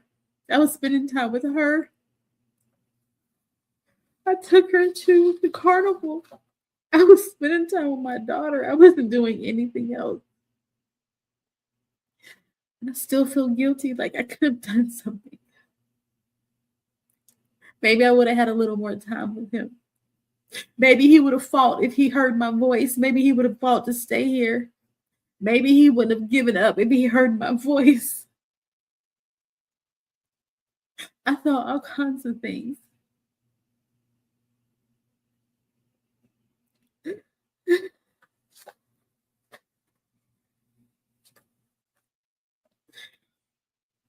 Well, I thought that I was over that. And I realized just a couple of days ago when I was writing in my book, I had a moment. I had a moment similar to this when I was writing in my book about my father. And I realized then that I wasn't over that pain. I still fought myself. I still feel like I could have done something. I still feel like I should have done something. And then maybe my father would still be here. Oh God, hold on a second. Let me blow my nose. So sorry, y'all.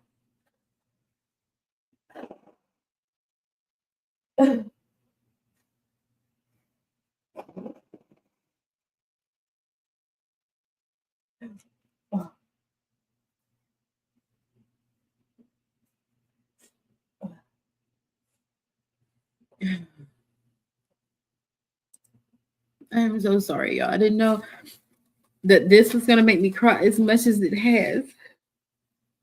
Just reminiscing and going back through these things. Thank God I didn't wear makeup because it would be all over my face right now. It would be all over my motherfucking face. You hear me? But yeah, I've always fought at myself for that. I just felt like there's something I could have done or could have said or anything to prevent that. And maybe he would have been here a little longer. Just a little longer.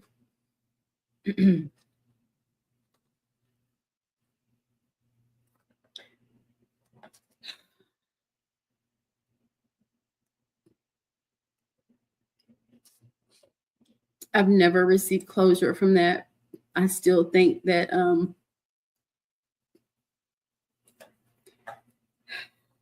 coulda, shoulda, woulda, but now I can't.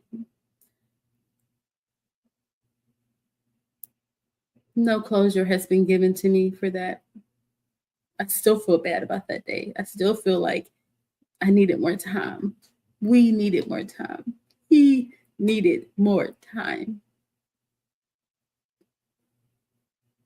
I don't know if I'll ever understand. Death is something that I don't understand anyway. I don't understand why we have to experience it. I don't understand how God chooses on how we leave the earth. I still don't understand that. I know with being raised in the church on what my church tells me, I was raised in a Methodist church. I went to a Methodist and a Baptist church. The religion is pretty much the same, but I know how I was raised and what I was told happens and what should happen. But I still don't understand why we have to come here just to leave, why we have to go through certain things before we leave, why some of us leave in pain and struggle and why some of us leave sooner than others. There's a lot of questions why. And when I was going to church on a regular basis, I asked my pastor that. My pastor couldn't give me a clear answer on that. My pastor couldn't tell me why we have to leave, why we're just here for a purpose and why we leave after our purpose. I'm not understanding why you can't. You're a pastor. I don't understand that. Yeah. Those answers, those questions that I had growing up in a church were never answered. They were always just sugar-coated answers. They were always, well, this is the way it is, or this is the way it's supposed to be. No, why? I want to know why. Why? Who said it had to be like this? Why is it this way? Like, I want to know why. And so for a moment, I questioned my faith as in, Do I really need to be going to a Methodist church? Do I really need to be going to a Baptist church? They can't tell me or answer my questions. And so I took it upon myself to start reading in the Bible. Reading the Bible, it gives you a whole bunch of questions. Like you be sitting there like, oh my God, what about this? What about that? Why is this? Why is so many questions in from this book, from reading the Bible, is what I started having. And again, I asked those questions from my pastor, and they couldn't answer the questions. They would give me answers that their mom and father told them, or that somebody else told them. And I'm like, oh, well, how do y'all know this is true? How do you know this, that, and third? Like, how do you know that? And why is it like that? Like, give me somebody that can answer my questions, basically. Because y'all just give me the same answers that my parents are giving me or gave me. Like, answer my questions. So, whew. All right. So let's move on from that. And that's enough detail about that. There's a lot of other things that happened with losing my grandmother and what led up to it, and a lot of other things that happened with losing my father and what led up to it, actual events and stuff that took place that I'm not going to go into. Again, all these things will be in my books. Yeah. All right, fake friends. Whew. Really? Fake friends? We want to go and talk about that? Girl. Fake friends. One thing that I've learned, that everybody clapping for me is not rooting for me, right? You think people are here with your best interests, and they're absolutely not. You got envious ass females that are you thought were your friends, and they're just trying to fuck your man, right? Those are the worst. Like me personally, I'd rather be friends with a man before I'm friends with a female. No shade on females. It's just that when it comes to me and females, you can't trust them, right? Because it seems like they always want something you got. Your man, your job, your other friends. Instead of them going out there getting it themselves, getting their own man, getting their own extra friends, getting their own job, they want yours. And so me and females have never really meshed like that. Like I had one best friend in high school, and what she do? She slept with my man. She slept with my man. She had a whole baby with my man. And did. She did. I had another female friend, slept with my man. They married. And I was with this man off and on through the entire 4 years in high school. I was with this man. And my friend that I talked all the time, that knew all my stuff about me and my man, ended up being with him, and they got married. And they still married to this day. If that ain't trifling, I don't know what it is. That will be in my book too, along with names attached. That's not right. You don't do people like that. It's supposed to be a girl code or something. You don't sleep with your friend's man, and you damn sure don't go and have kids and get married with them. No, you don't do that. It's something called morals. It's something called respect. It's something called dignity. These females didn't have that for themselves at all. Both of them went and had kids with these men. One of them went and got married. The only reason the other one didn't get married because he ended up dying. He ended up passing, deceased.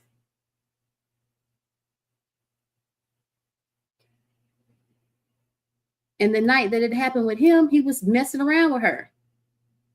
So yeah, all of that is going to be in the book. So that is some of the fake friend stuff. Or you have friends that are in your life that are trying to use you for your money. I don't know why people always thought I had money just sitting in the bank somewhere, or I had money sitting on the damn tree. The fuck? I work for my shit. Get out there and work for yours. I have struggled and hustled for everything that I've had. So why people thought I just had money in a safe somewhere ready to give to they asses, I don't know why they thought that. I work for all of my stuff.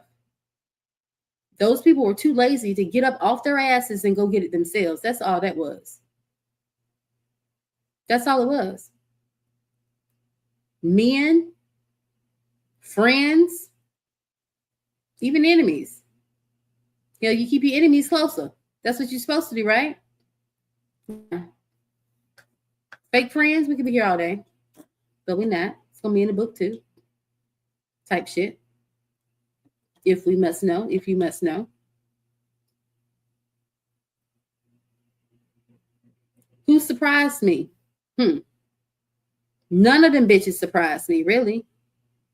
None of them. After you've dealt with people that have done you wrong for so long, don't shit surprise me now. It doesn't.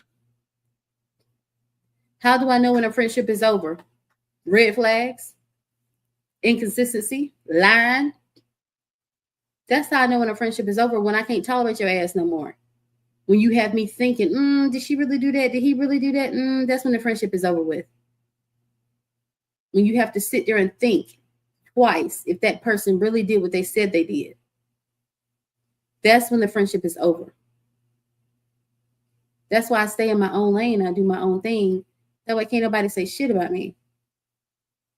You can't say I was out with your ass doing this, that, and the third, because we know good damn well Endless was not out with your ass doing shit, because Endless stays to herself. Endless stays in her own bubble. Endless is an introvert.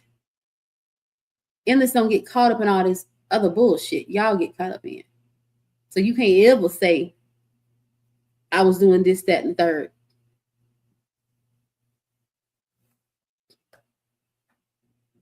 Have I ever had to mourn someone who was still alive? Yep, I have.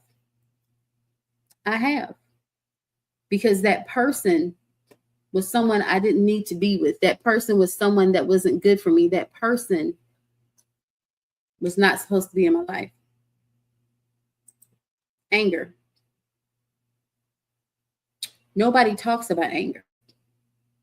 That's where it goes back to mental health. We all deal with mental health. We all have something mentally that we're struggling with. And me too. I have anger too, just like any and everybody. I'm not no jolly person 100% of the time, all day long. Who is? If you got a motherfucker out there saying they happy all day long or whatnot, they a motherfucking lie. There is nobody in the world that is happy 24/7. Impossible. Impossible. They lying. They lying. They lying. Was I angry at God? I was. I was angry at God, but I never lost faith. I never steered away. I tried to understand the situations. I never gave up on God. I knew that, and I know that things happen for a reason. I might not understand what the reason is at the time, but things do happen for a reason. I just have to trust the process. We're here. All of us are here for a purpose. And once our purpose is done, it's time for us to go home. That's just what it is. I try to make every day last. I try to make it the best I can while I'm here. Was I angry at myself? Absolutely. I was angry at myself with different things, with friends, with family, with relationships, because I felt like I should have been stronger. I should have not given up hope on different things. I should have went harder. I should have loved myself more. I should have put myself first. So yes, I was angry at myself. I was angry at my life. I was angry at the person that I had become. How do I release anger without becoming bitter? Simple. Simple. I check it up to know that that person was so insecure with themselves, and that's how and why they acted the way they did with me. This person cheated on me, lied to me, manipulated me, abused me, neglected me because they were so insecure within themselves. So I'm not bitter at all. I'm over it. I'm over with dealing with fake ass people. I'm over with dealing with fake ass friends, relationships. Moving forward, I am not tolerating that shit. And that's the reason why and how I became Miss EndlessBoo, aka Miss No Motherfucking Time, right? Success doesn't erase pain, y'all. And I'm not saying I'm the most successful bitch there is, because I'm not. I'm definitely not. I'm far from that. I'm working on that, my businesses and stuff like that. I'm working my ass off. And that's why I'm going hard with this podcast, because I love podcasting. I love what I'm doing. I love talking to people. I love getting different perspectives. And I love the fact that maybe some of the things that I'm doing will help the next person, will help that person, that little girl that's been molested and wants to get answers. And I want that person to know you can get through that. You can get through the abuse. You can get through the molestation, and you can get through it and not have hatred in your heart and be a really good person. You can do that. I want that woman or whoever to know, or that even that man to know, hey, the relationship that I just went through, it was painful, physically, mentally, emotionally, financially, but I can get through it. I can get through it, and I will get through it. You're a good person. I'm a good person. I tell people all the time, I'm not a cheater. I don't cheat. They be thinking I'm lying. What am I lying for? I don't have to cheat on any and everybody. I don't cheat on anyone. I don't believe in the cheating thing at all. I believe if you are cheating or want to cheat, you don't need to be in a relationship in the first place. You need to tell the person that you're dealing with what's going on and let them make the decision. Yeah, they might want to stay with you anyway, but any real bitch like me, I'm not going to stay with you. You might as well go on about your business, because I don't deserve to be cheated on from any and nobody. I'm not sharing. I'm not. And when I find out that I'm sharing, it's a done motherfucking deal. I'm not doing the let's try this again. I'm not doing this let's work on ourselves. Let's go to counseling. No, bitch. Because you know from the beginning that I am not going to deal with that.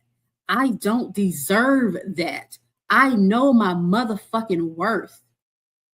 I know it. I stand by it. I live with it. I praise it. I'm not dealing with the BS anymore. That's just what it is.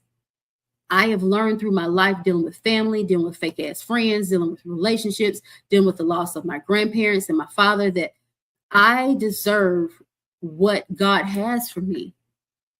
I deserve it. And that's goodness. That's commitment. That's my person. That's what I deserve. And I'm patient enough to wait for all those things. And when it's time for those things to happen, it'll happen. Until then, I ain't stressing about it. Yes, I'm lonely, but that's why I got Rose for. And by the way, Rose will be on my website, y'all. So don't forget, the Rose will be on my website. Let me tell you, the Rose is everything. And she can travel with you too. She's not that big, okay? She helps you through any and everything. She gets the mood right. She not loud. She don't talk back. She don't do none of that shit. And she get the job done. I'm just saying. The Rose is everything. Y'all need to check her out. She'll be on my website. By the way, EndlessBoo type shit will be launching soon. Yes, you know I'm a hustler, so I'm going to have to shout that shit out a couple of times. And that's just what it is. Let me see what time. Okay, we got about 10 minutes, y'all. About 10 minutes. So I hope today that you guys have a clearer understanding of who I am. A little more understanding of who I am and where I came from and the things that I went through and the things that will be included in my book, because I'm going to talk about all those things. It's taking me a little longer to get the book out because times and things in my book get me way emotional. As you see, I've blown my nose 15 times while I was doing this recording. So a lot of things hit home. I'm actually having to put myself back in those situations to finish the book, right?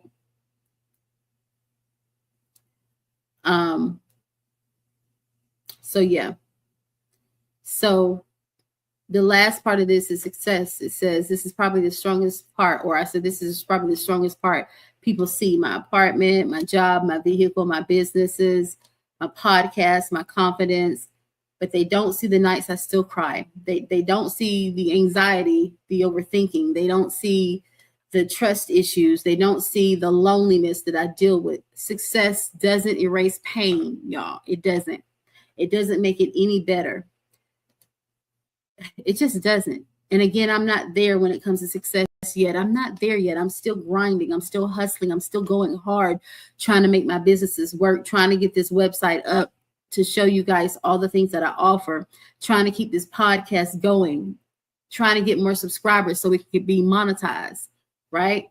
I'm trying to do all these things to make a better life for myself, to make me feel better for myself, to help and elevate myself, my squad, because I'm not going to leave my squad out of it. My squad is everything. They help me. They motivate me.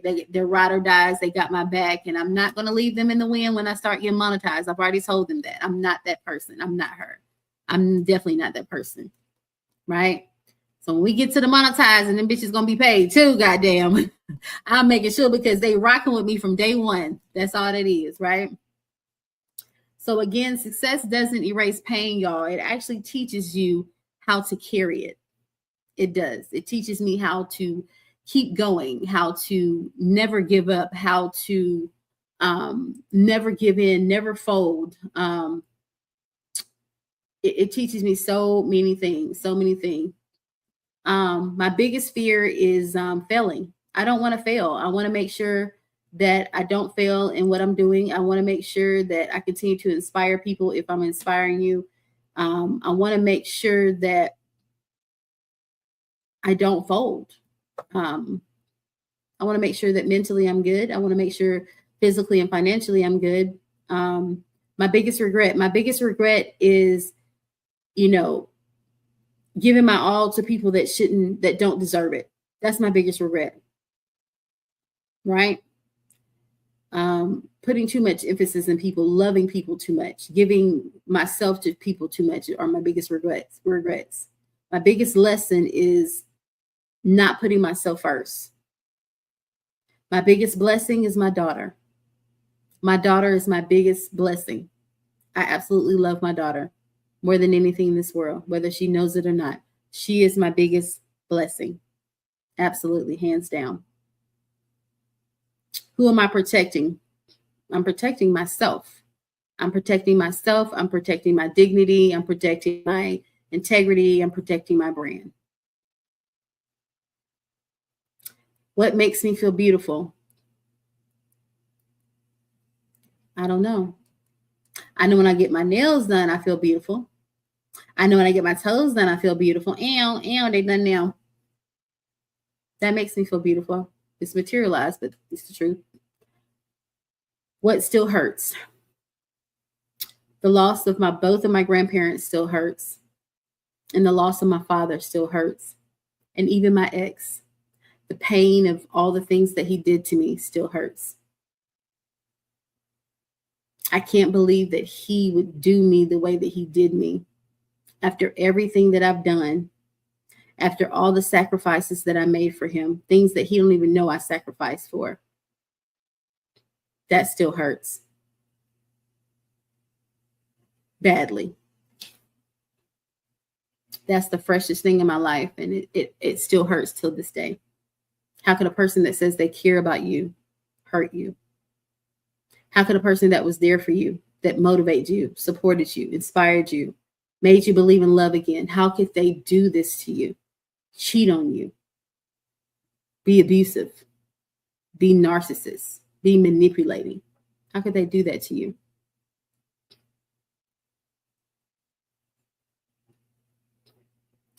I've only shared about 5% of my story today, believe it or not. If that's just 5%, can you imagine what's in that book? A lot more, y'all. Okay. The rest is coming. Some chapters are deep, are a little too deep for YouTube. Some deserve paper, y'all. Some deserve to be read and not heard. So that's why I didn't talk about it today. I want to leave you with this. I'm not my abuse. I'm not my trauma. I'm not the people that hurt me. I'm not the lies. I'm not the cheating. I'm not the rejection. I'm not the broken little girl anymore.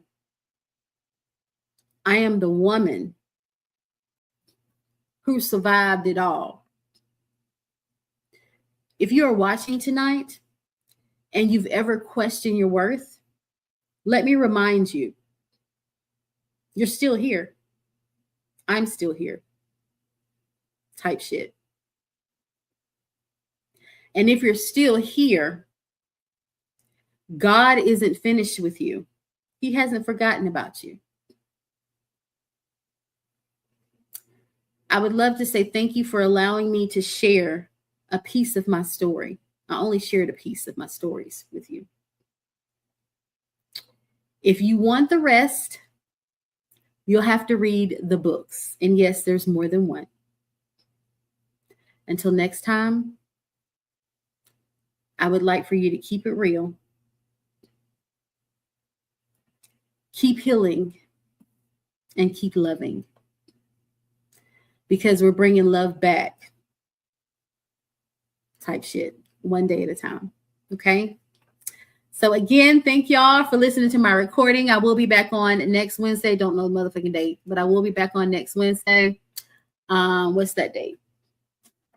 The 15th. I will be back on July the 15th. Myself and my squad, of course, next Wednesday with live streaming. It won't be a recording. It will be live streaming. So hopefully you guys check it out. And 8 p.m. Eastern Standard Time. If you have any questions, concerns, if you want to do a collab, do any sponsorships, or if you want to join my amazing squad, you can email me at endlessboo@yahoo.com, and I'll be glad to speak with you. Okay.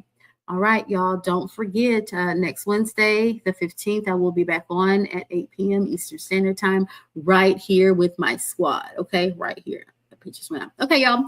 Thank you so much. I appreciate you. And so sorry for me getting so emotional. You know, I'm a real bitch. So when shit bothers me, I get emotional. Okay. All right. See you later. Thank you so much. Let me play my music and get my ass off the screen. Okay. Later. Mama told me some people show up like a storm, pretty for a minute, gone by the morning.